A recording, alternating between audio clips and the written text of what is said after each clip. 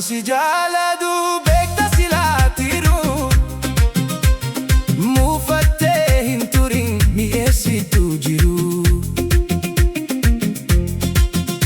Balleessaa koo ilaalte garaa hin jabaatin keessa kee qulqullutti ulfa jibbaan baatin. Dhiifaman si gaafa morma kiyya cabsee si muufachiiseerati waadaa kiyya qabzee.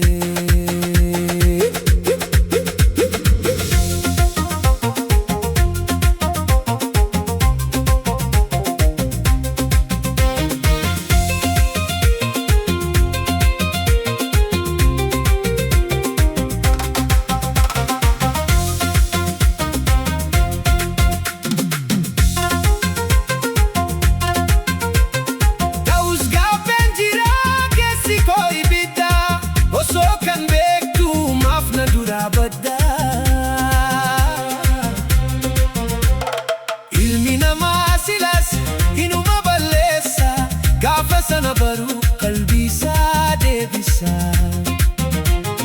Hubatu biiftuu koo kan caalu gaabbida dhiifamanaaf gooti hedduun si jaalata.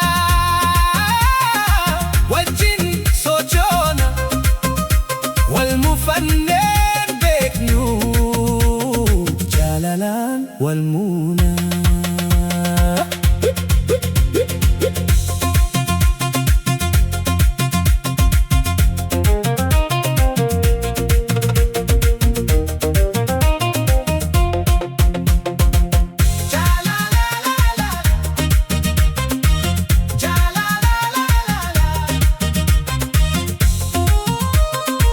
Jaalalaan guutamee miidhagee jireenyi toltuu waliif yaadnaa hin jiru hammeeni. Kaba koo koltee diramuu koo diigda gaaroof tabba hundaa anaaf jecha fiigda.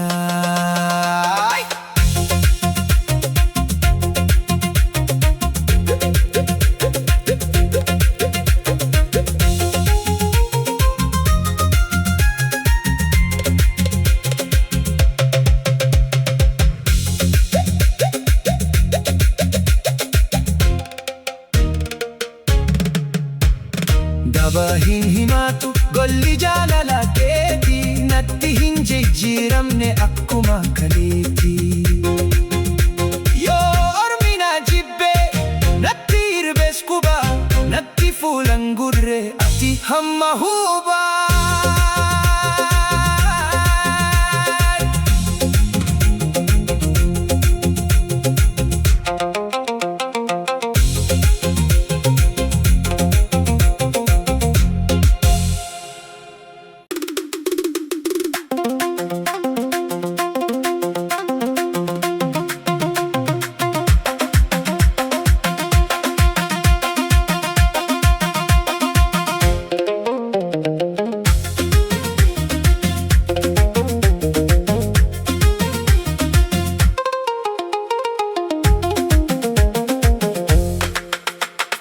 Hamman si jaaladu beekta silaatiru muufattee hin turin mi'eessitu jiru. Balleessaa koo ilaalte garaa hin jabaatin keessa kee qulqullutti ulfa jibbaan baatin. Dhiifaman si gaafa morma kiyya cabsee si muufachiiseerati waadaa kiyya qabzee.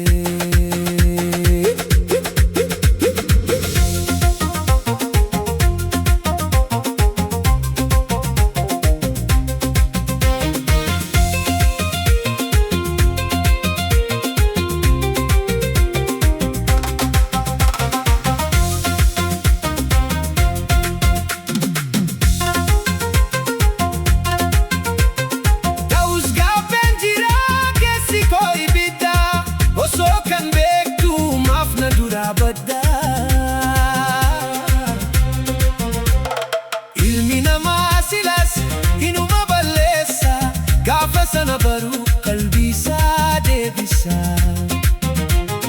Hubatu biiftuu koo kan caalu gabbida. Bifa manaaf gooti hedduun si jaalata. Wajjin sochoona wal mufanneen beeknu. Jaalalaan wal muuna.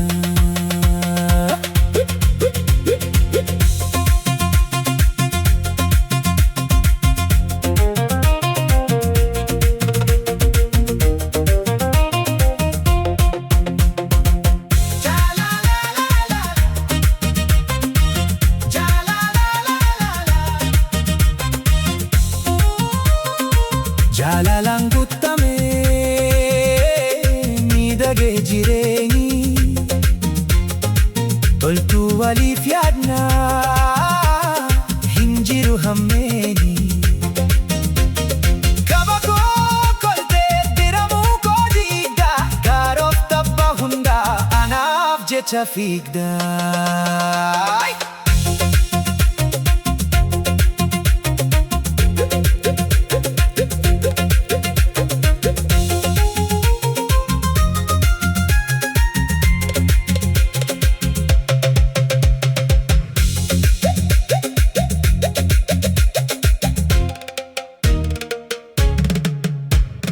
Daba hin himaatu golli jaalala keeti.